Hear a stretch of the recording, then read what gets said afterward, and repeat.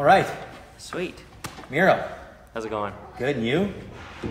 Well, just introduce yourself, tell us your story, and what you're all about. My name's Myroslav Shewchuk. I run a little construction and woodworking company in Edmonton, Alberta. Grew up here for the most part. Okay. And always thought I'd leave, but never did. I actually. What says that? Yeah. Teenager, you would have not caught me here dead, but as an adult, I realized how much I love this city and this province. So. Why? What made you change? I think obviously part of it is just being comfortable, but I think also, like, the more I actually traveled and saw the rest of the world, the more I realized, like, yes, okay, this place is beautiful, this place has this cool stuff, but I mean, a lot of it's the people, right? Like, I think Edmonton is one of those places that's got some really amazing people that really makes it such an amazing place, because it's not the most beautiful or the most adventurous city in the world, but yeah, the more I saw the rest of the world, the more I realized how much I loved Edmonton. I think, yeah. Sweet. So, first of all, I guess give us a brief history of how you started, and then how you started to get into starting your own business. Like, were you like a wild child? Were you well behaved? No. What happened? We're going right to the beginning, hey? Well, we could. Frig. No. No. Not well behaved. Yeah, definitely a bit of a wild kid. I think I got kicked out of the first 3 schools I ever went to. Nice. That's just the start of that, but... Why'd you get kicked out? Undiagnosed ADHD. ADHD is, I love it. It's great. It's great when you learn to figure it out, but when you're a kid and they're trying to put you in a classroom and get you to sit still for 8 hours a day. That's bullshit, though. It's impossible. It's impossible just being a kid. Yeah, it's impossible just being a regular kid, let alone... Yeah, so I mean, like, before grade 5, I got kicked out of 3 schools, had horrible learning curve, and then I ended up going to King Edward Academy, which is a school for kids with learning disabilities, in grade 5 and 6. I went from a preschool reading level in grade 5 to a university reading level by the end of grade 6. They knew how to, like... Because they knew how to teach kids that had specific neurodivergence and stuff, right? And that's kind of interesting. How did they do that? That's actually quite interesting. How did they get your mind to focus on that? A lot more one-on-one stuff. I mean, they were a school that was specifically set up for working more one-on-one with kids. So I had some more dedicated one-on-one learning. They were better at not trying to make you sit all day. A lot of the learning stuff we did was like, okay, this is hands-on, we're doing something while we're also learning about it, right? Rather than sitting and looking at a blackboard. But I also had to learn some tricks to learn, right? Like, get myself through high school. Basically, I'd sit in the back of the class and read a fantasy novel or something, read The Lord of the Rings, read some Western books, and just distract myself enough that I could be there and not cause a disturbance, because I needed to learn something once to get it, so I didn't need to be there the whole time, but they wanted me to sit there quietly. Okay, I'd do my own thing, and most teachers were smart enough to just let me do my own thing, otherwise I'd be bouncing off the walls, so.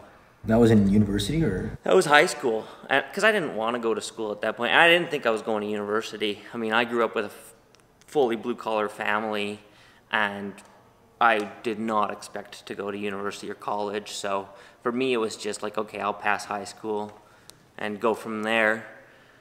Passed high school, started working in the trades because it was the easiest way to make some money with, you know, nothing else under my belt, and I would work enough to then go off and snowboard for the next 4 months or whatever. You do 4 months stints? Well, I did a couple of winters in Canmore. Lived on the first winter after high school. My best friend and I, we moved to Canmore. We rented 1 bedroom of a multiple bedroom condo, and lady we rented from thought we were a gay couple because we were like, we're happy with 1 bedroom, that's fine. And we just rolled with it because I didn't think they would rent it to us if we were just trying to like save money. Right. And of course we like roll in there and there's a king size bed already sitting in there. So we're like, we just had 2 sleeping bags on either side of it. We were just happy to be snowboarding all the time, right? That's awesome. But yeah, of course I go into the trades, and I had always told myself, like, I'm not gonna be in the trades. I'm not gonna, you know, like, I just see it wear down my dad every day, my uncles and stuff, but they were always like just grunt labor basically, right? And then I started doing some cool jobs. Like one of the first jobs I was doing was we were going into old neighborhoods, lifting houses and redoing their foundations. So it was super cool because we'd separate the house from its foundation, get some gigantic I-beams under there, and then set cribbing with hydraulic jacks that would jack the whole house up like 17 inches at a time, build it up, and then you work redoing the foundation with this house sitting over top of your head. And it kind of showed me like, oh yeah, there's more than just like digging with a shovel and moving materials around and stuff. So got to do a little bit of that. And then what would you put under the foundation, like concrete and rebar? Or what? Yeah, so then it's after we tear out the new foundation, because a lot of times it was in these neighborhoods where it was old brick foundations, 100-year-old houses or whatever. Then yeah, it was either redo with a new concrete foundation, just like any other new foundation now, or we did a couple of them with a product called Polycore, which is foam insulated, like rigid insulation foam walls with steel bracers between it. So that was really cool because once that went up, you had your steel studs were already in it. It was already insulated. We would put some blue skin around the outside, and that was your exterior foundation, but also your interior walls. There was channeling already for people to just run their electrical and stuff. So it was a really cool product.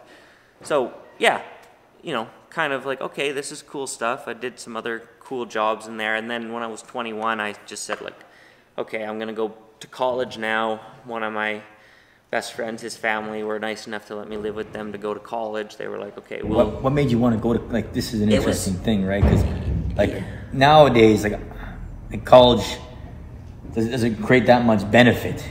Well, and so, yeah, like, I can see that. For me, it was, I was 21. I didn't really have any specific idea of what I wanted to do. And my best friend's parents said, like, look, we'll let you live with us for free if you want to go to school. So it was kind of an easy, just like, okay, I can try this out. And there was a part of me at that point that figured, like, you know, I don't have any other direction, and I still didn't want to be in the trades at that point. So I just said, like, okay, well, I'll try this out, see how it goes. So I went to NAIT for business school, and I loved it. It was a lot easier to sit in a learning environment when you actually are choosing to be there and paying to be there as opposed to a kid being told to be there, right? Way different. Yeah. Way different. I'm taking out $15,000 a year in student loans. I should want to be there, right? So I did it for 2 years, and I loved it, and it gave me, like, NAIT's really good for that, where, you know, your teachers are people who've been in the industry.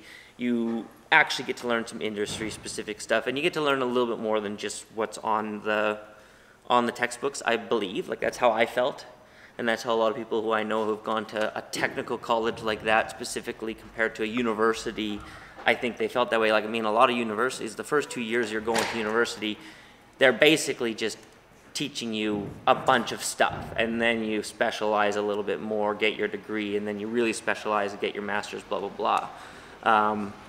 But I did 2 years of business school, and it really showed me, A, that, okay, I liked knowing about business stuff, but B, I didn't want to sit behind a computer. And so I went back to the trades. It made me realize that, yeah, I was going to jump out a window if I sat behind a computer.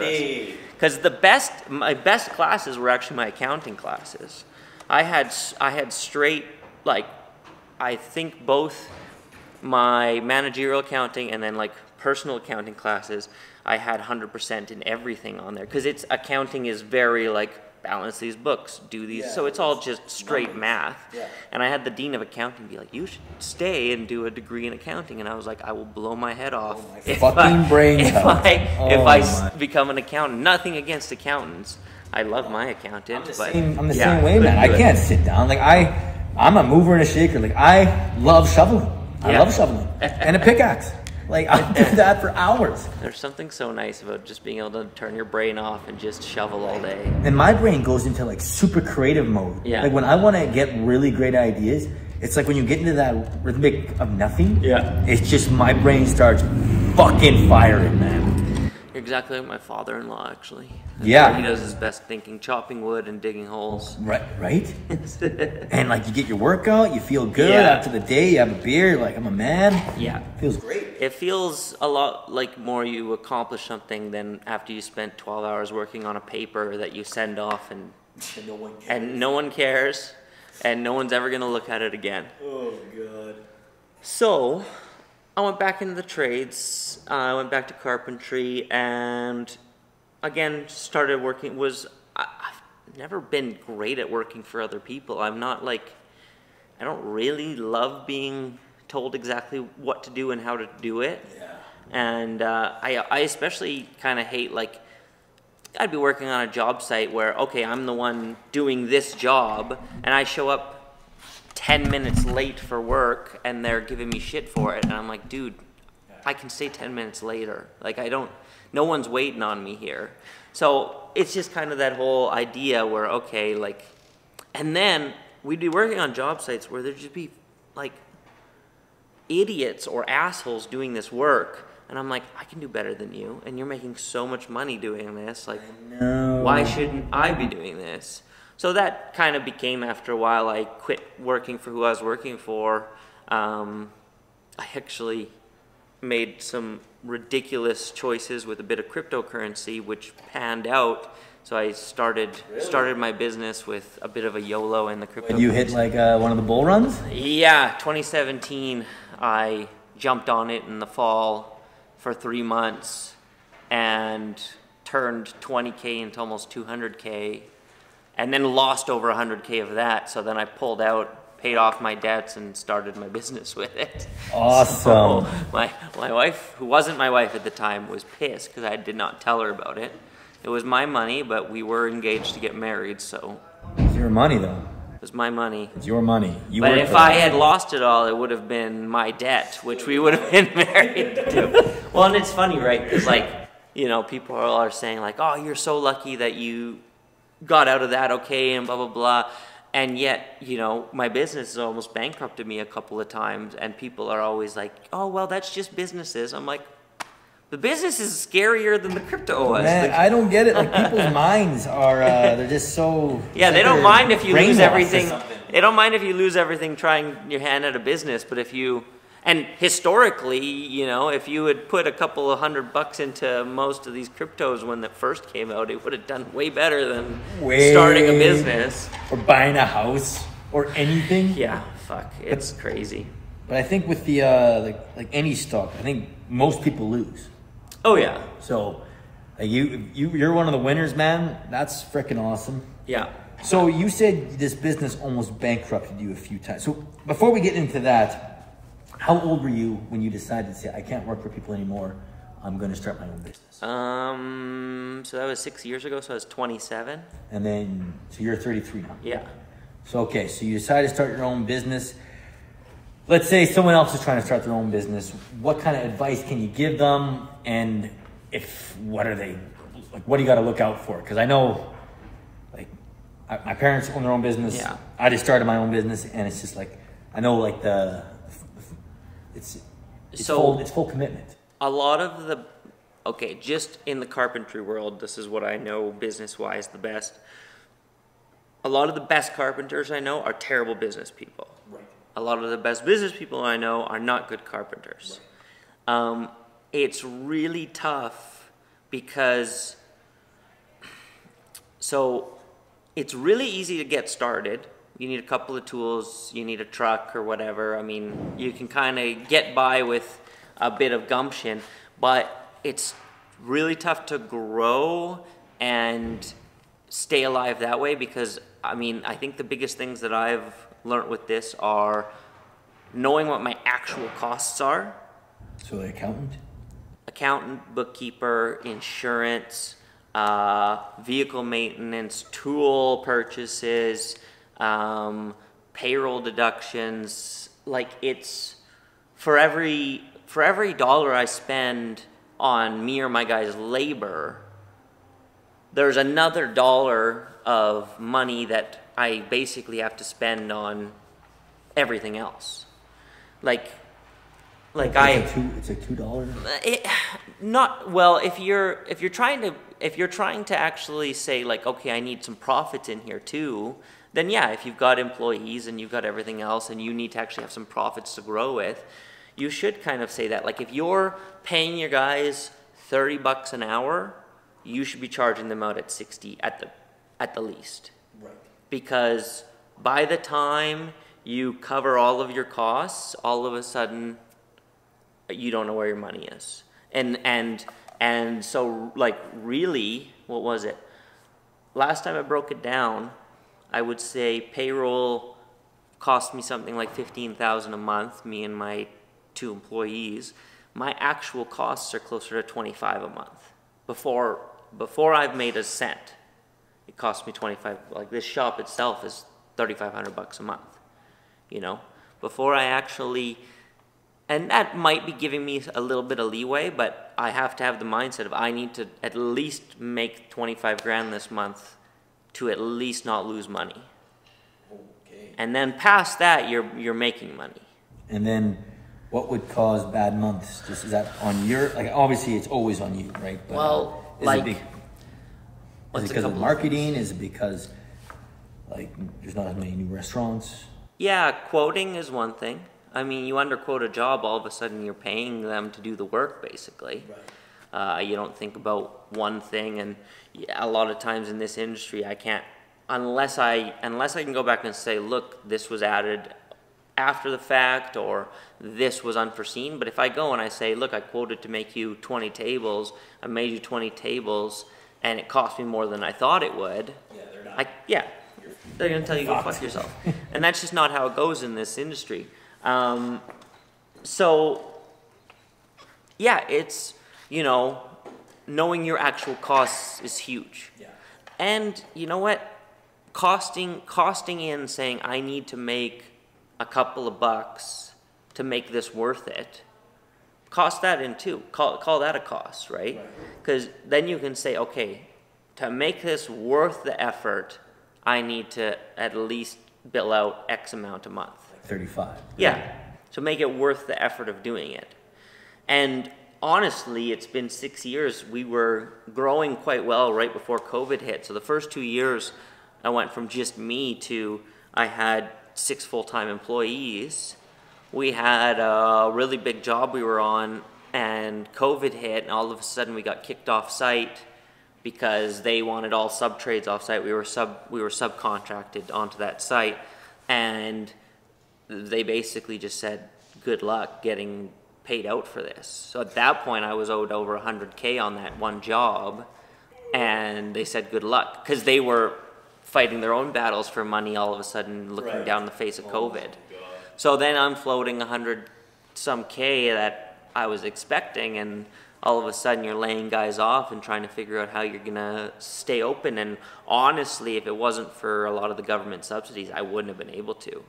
Because the government subsidized, for me to keep my guys employed, they subsidized, because I lost more than 50% of my business, they subsidized a lot of my payroll for almost 2 years. Really? So I was able to keep guys employed, but I still had to shave it down. I still was over leveraged, right? And then so between that and between the, like, payroll subsidies and being able to borrow at a good rate, that's the only reason I kept my doors open. So you had to borrow to stay open? Yeah. Yeah. Bugger. Yeah. Because I had to cover, of that 100K I was owed, I'd spent 60K of it already, right? You know, I'd paid my guys out and it'd been 6 months of working on that job. What can you learn? Is there, like, how do you prevent that from happening again? Like, is there a preventative measure? Yeah. I had a good contract in place, but it's only so good as the company that ended up owing me folded in the end. So a contract's only so good if the company, folds. So what I learned in that prospect is realistically, don't work for a company that's working for the city, maybe? No. I've heard bad things about getting paid out on city jobs. Because apparently what they do is they'll go to the lowest bidder, which is always a big contracting company, like your PCLs, your Chandos, those kind of ones. They'll go to the biggest contracting companies, and then those contracting companies will sub out a lot of the work. And as long as the city pays their bills to the big guys, the city can wash their hands of it. They've paid their bills. So the big guys can then decide whether or not they want to pay any of the subs. So that was basically it. I was subbed to another company that was subbing basically. And it was just, the big guys just said, good luck, see you later. Was there any because this was like a darkest hour, right? Was there any thing that came out of this that was like, I learned something and then this happened and then it was just like, now we're rolling. The best thing I learned from that is get prepaid. Right. Can you do that as a subcontractor? Yes, you can. Say, hey, it has to be in your contract, and it has to be if you're a contractor to a customer, there's I had to go through a little bit of paperwork with filing with the government to be able to ask for prepayments. Yeah. But now I can. So now I basically, when I do a job, I have it set out on the contract where I get prepaid for usually about 30% of the work. So I'm saying, okay, you're prepaying me. This is so I can get materials and start the job. Then when we get to a certain point, we'll take the next draw, another 30%. Right, yeah. And then so what I'm doing is, obviously not taking all the money up front and not leaving the customer saying, hopefully you do my work, but I'm also not doing all the work up front. Because in the construction industry, that's kind of been the norm. You do the work, you float the work, and then the customer pays you at the end, which is ridiculous. It is ridiculous. It puts you in a position to lose. It puts you in and even if it's not a position to lose, all of a sudden, if the job goes a month longer than you thought and you're not getting that money a month longer, then all of a sudden you're paying interest on what's on your credit card to buy these materials, and unless you're lucky enough that nothing's ever backing up, you're basically borrowing money to do someone else's work sometimes. Right. And it's ridiculous. So now we do it where, okay, you're prepaying for 25 or 30% up front. We do that 30%, and then we'll just take the last draw at the end of the work. So usually the 30% pays for about 50% of the work. Yeah. Then we take another 30% for the last 50%, and then we take the last 30% afterwards. Yeah, as a bit of profit and covering the rest of the bills. That's if we're doing renos and stuff. If we're doing shop work, where we're custom building tables, or we've got we got some welding in here. If we're doing stuff that's out of the shop, we take 50% up front, and then we take 50% when they come to pick up. Right.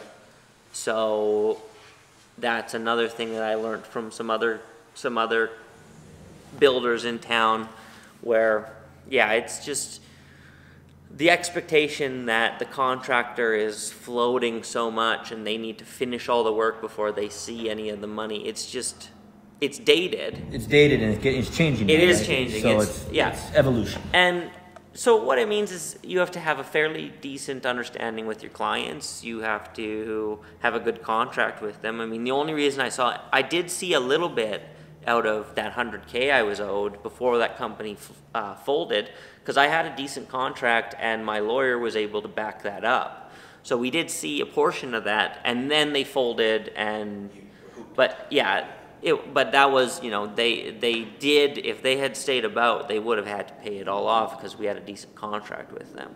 So thankfully my lawyers and their lawyers could see that, but after 4 months of back and forth and seeing a little bit of it, then they just decided to fold completely. They had too much debt. Yeah, I mean, fuck, there's so much little learning things that come out of owning a business, because I mean, every day is a kind of a different thing, right? Like unless your business is doing one exact thing over and over and over again, when you're like, when I'm quoting a job, yes, it's a kitchen, and I've done many kitchens before, but you don't know it's not the same fucking kitchen. You don't know what surprises you're gonna find. Exactly. So that's exactly it. Is you can't just assume it's the same as the last thing. Right.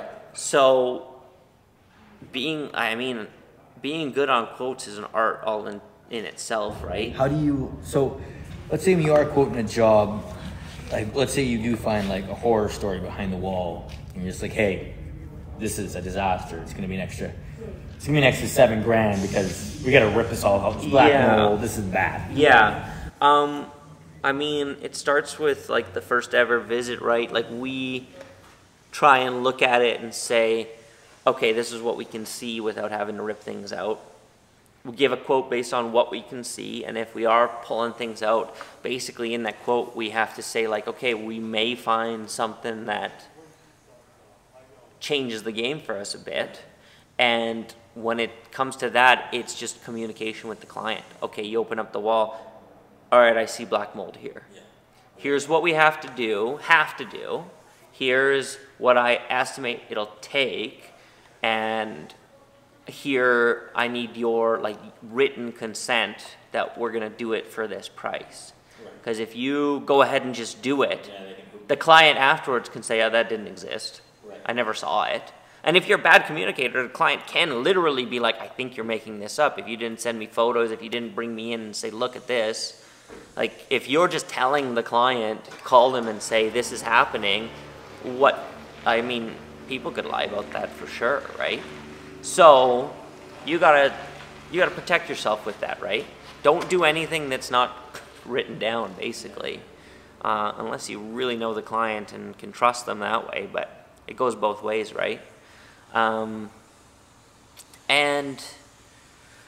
I mean, honestly, a lot of times too, the times when so that one big job that I really got screwed on, that was a one-off. That was COVID crashing down and basically them using these excuses to bail out of it. They leverage it pretty well. Yeah. Otherwise, the bad clients and jobs that I've had, I could feel it right at the beginning.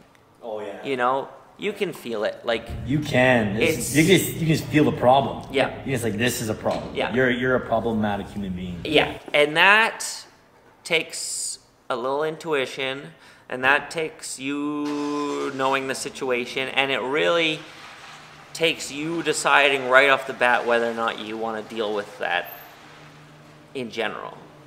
You know, I've had a couple of clients where we'd do a job and everything would go okay, but at the end I would just basically tell myself, like, no matter what they call me for again, I'm not going to do this, because it wasn't worth the 3 phone calls a day, and it wasn't worth changing their minds a dozen times. And there's so many little things that happen that in the end, you know, you can't exactly come to them and say, look, I took 40-some phone calls from you in the last week and a half, and we changed our ideas 3 times, and here's the cost for that. I mean, lawyers can do that, but it's not really like, unless, you know, it's, so really you kind of have to quote that in if you think you're going to have that issue. Right. And so some jobs have been really good that way, because I've just said, like, okay, this is going to be, I know I'm going to have to deal with you a little bit more than usual, but I'm going to price that in, and then it makes it more worth it, right? I don't mind picking up those phone calls and walking them baby steps through You're stuff. paid for it. Exactly. It's a consulting fee. Yeah. So, I mean, it's life, and I mean, I think it's tough to be a business owner if you don't want to deal with people at all. You gotta deal with people. The more dangerous you are. And my work specifically, 95% of my work is all word of mouth. So like, I've grown, and we've got lots of return customers because we're good communicators. I had you do my work. Yeah. You're coming back if I need anything. You did come back. Yeah. So I got you back. We're good communicators. We're respectful, and we care about how the work finishes. You do a good job, man. Yeah. And that honestly, like for a reasonable price. Yeah. I know I'm not the cheapest guy, but I'm also not the You're not the most expensive. I've dealt with the most expensive, and I mean, same quality. And even if I wanted even like a little bit more, I'd be like, hey, it's just going to cost more because these finishes are going to cost more. Yeah, right? It's just logic, right? Yeah, you got to know. But it's still reasonable. Yeah. So that's kind of the thing, right? Is like, I think any industry that I've run across, just having some core kind of like caring about the work you do, no matter what the work is, and treating people respectfully can get you so far. So far. It's called service. Yeah, exactly. And a lot of people, human being. And a lot of people, I mean, and in Alberta, a lot of people get away with not having good customer service or not just being respectful because they can. Okay, you're the only guy who's going to do this job, but I'll tell you, like, I've got multiple clients who specifically call me back because they say, okay, we have worked with X amount of people over the years, and even if my work wasn't better, it was more enjoyable to work with me. And that's a big thing. Especially when it comes to other contractors. A lot of the other contractors I work with will tell me specifically, you're not my cheapest choice, but you're the only person that I've never had to worry about the end result. And just being pleasant. Just at being pleasant, and also someone being able to give you a job and you following through to the very end and making sure it was all done right. Like, which seems so basic. It's always seemed basic to me, but apparently that's something special sometimes. It is special. It is special. So, yeah, I mean, and I think you got to love what you do, because otherwise it's not worth it. Here's my next question. So, clearly you love building. Yeah. So, like the creative side. What got you into the woodwork side of things? And when, like, was this last year or 2 years ago you started getting into building tables? And you do tables, and what else do you do? Oh, frig, everything. I mean, so right now You do house rentals. We do house rentals. You do contracting for projects, and you do woodwork. And we do custom fabrication work, not just woodworking. As you see, there's some welding stuff here. We work with epoxy. We work with other material types. I mean, I've always loved the design aspect of building. It's my favorite. Yeah. You know how that goes. I've always loved the design aspect. I've always loved the finished product, and like, I have always gravitated towards the finishing work. I mean, I'm not a carpenter. You know, carpentry is a very broad base. You've got framers, you've got formers, concrete formers, you've got roofers. They're all carpenters, and you got finishing carpenters. I've always been in the finishing carpentry category. And so a natural point of that is not only finishing the house, but also furnishing the house. So that, I mean, that has always kind of come with, you know, I offer to my clients, like, okay, if we're redoing this, this living room and there's a fireplace, oh, I can do a nice mantle for that fireplace. I can do a nice table that'll fit in here nicely. And so that's kind of grown. And it got to a point where I realized, like, if I get a choice of spending a day renovating someone's house or spending a day in the shop building a beautiful piece of furniture, I'd always rather be in the shop building something nice. So I've been trying to, I've almost been trying to maneuver towards that more. Because it's just more enjoyable. It's more enjoyable. It's, Do you have any like videos or pictures of your finishing? Yeah, we got a good bit of stuff. That's one thing that I could be better with, is my marketing side of things. Right. For sure. Just trying to learn to do that, trying to learn to take better photos, take more videos.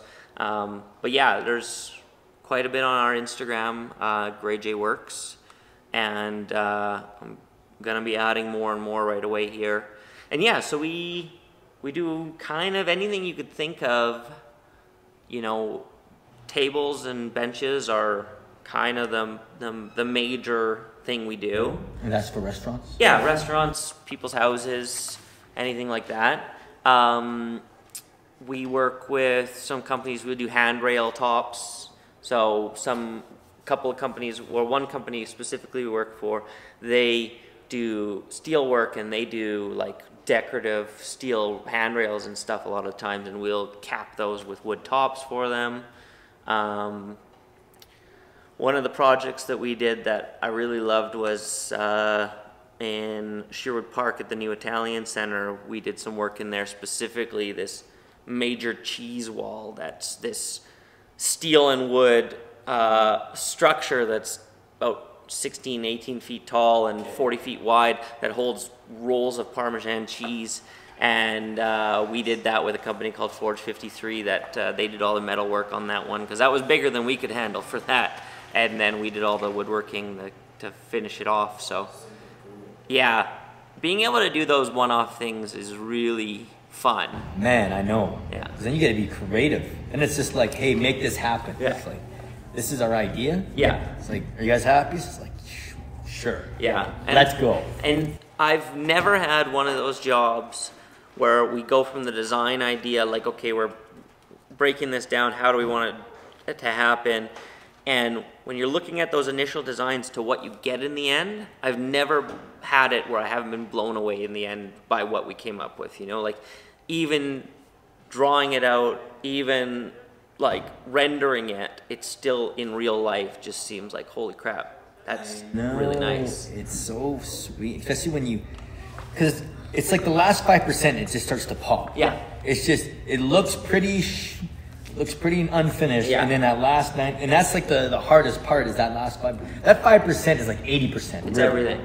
And a lot of times that 5% is half the work. I know, because you're like, it's a lot of detailed bullshit. Like, yeah. Like I just did a house, and man, because you're there, the but you're not structure's there. up, yeah. And then you got to polish, then you got to do this, and then that, and that detail, and then that detail, and it's you kind of get lost because there's like 50 details that you got to like to make it look like money. Yeah, and it really comes down to what you're willing to pay for, because yeah, it's, you know, to frame a house, $30,000 will get you a framing crew and the materials framing the house. That seems like, holy crap, there's a whole house up. I know. And then to finish a house, $30,000 gets you some trims and you know, like it just seems like you're getting so little for so much, but we have to cover up the fact that the framers are out. and then you gotta do labor. Yeah. And it's just like, and it's tedious shit, man. Yeah. It's just like you got a guy doing like this here all day. Ugh. And then it still looks like what happened. Yeah. It can be frustrating that way, especially if clients don't understand, like, it takes a minute. So, you know, they'll be like, oh, it really felt like it didn't much happen today. And I'm like, trust me, it takes a minute. It was 8 to 10 hours. You just shut your mouth. Yeah, exactly. Sometimes it's tough. And I mean, it's tough too, because like, I can build you an amazing table and it'll be 10 times the cost of what you get from IKEA. And for some people, that does not translate. You know, for some people, they don't see the worth in that, and I get it. Oh yeah. You know. But if you have money, man, and you can have a table exactly the way you want. Yeah. Like that's the difference. It's like I can have something that everyone has, or you get it put in your brain. You're like, Miro, this is exactly what I want. Yeah. And you're like, I'm gonna produce that. Yeah. Yeah. And it's yours. And unique. And something that'll last, right? Like. Yeah. I don't. You know, IKEA does it out of melamine and a lot of times MDF and cheap aluminum. Like, it's not gonna last you 30 years, which is fine if you understand, like, okay, we're gonna have to switch this up. But for a lot of people, yeah, if they're looking at this, like, okay, I've got my house I'm gonna live in forever, I've got room for this gigantic, beautiful dining room table, you can't get that out of an IKEA. I want an oak tree, an endangered oak tree table. There is that aspect too. There is the aspect of building with a little bit more of a mindset towards greener building practices and stuff, right? Like there is a lot of wood these days that's almost a little bit unethical to work with, like Brazilian hardwoods. Yeah. You can do decks out of these hardwoods like Ep, which, I mean, it takes decades and decades for these things to grow, and they're just getting clear cut out of the Amazon, and no one's planting them again to regrow them, right?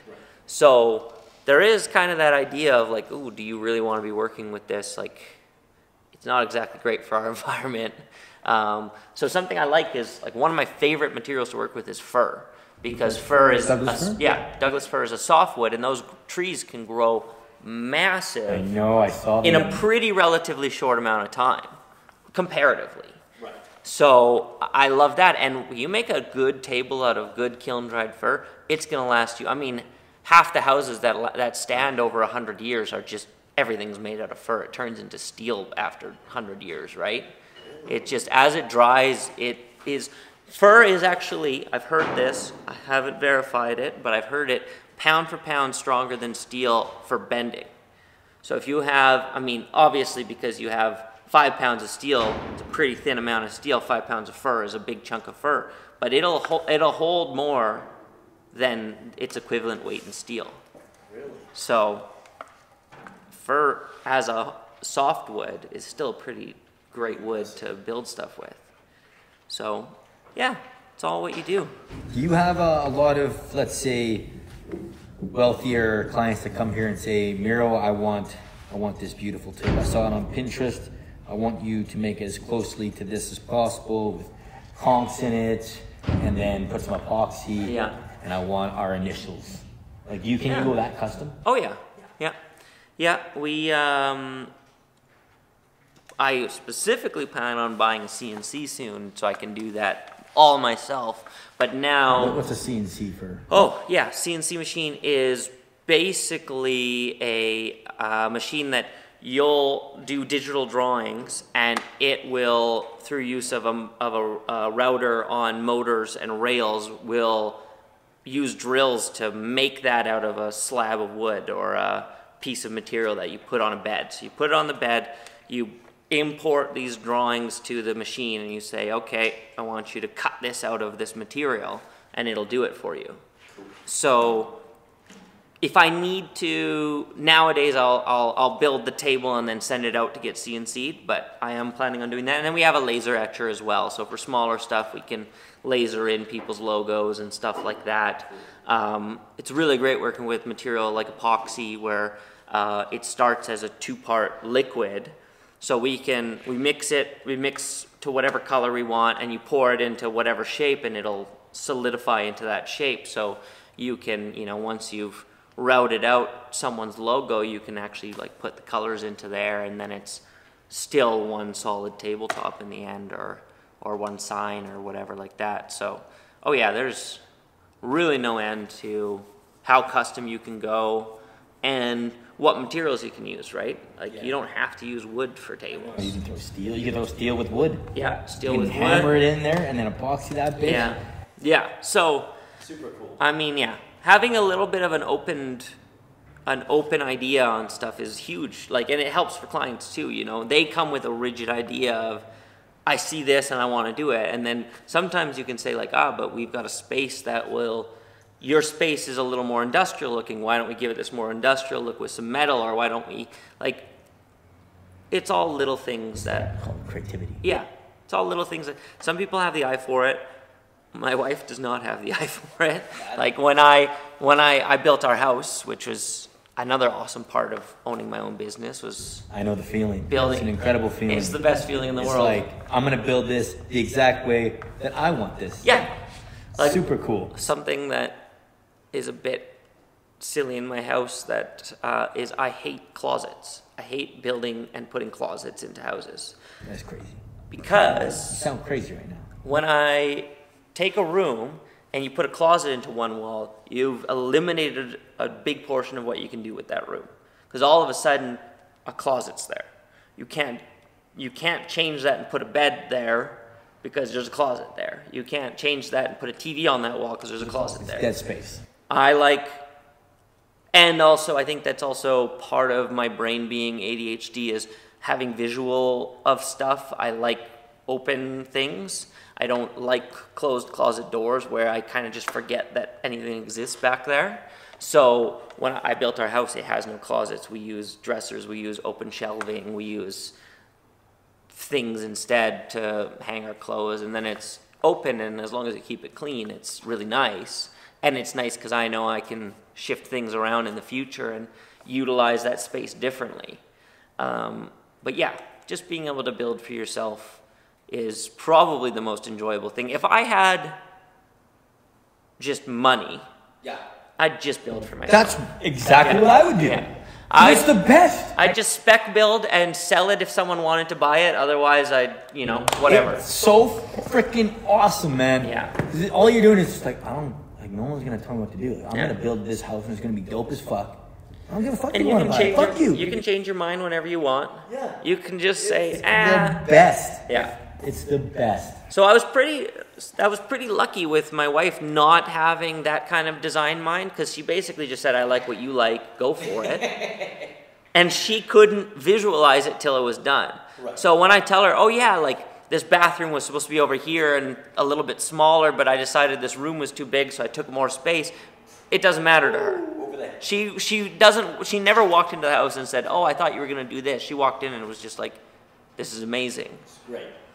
And it's so cool because like then we had our daughter was born right around the same time I was finishing our house, and she's gonna live in the same house her whole life now that I built. So cool. I built her room with a loft above it and her own ensuite, knowing that we were gonna have her, and I was building it for her. Yeah, so it's pretty sweet. Pretty awesome. It's pretty sweet. We got lucky with that one.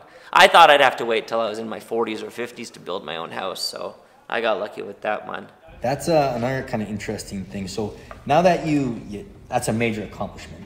So what's kind of the future now for Myroslav?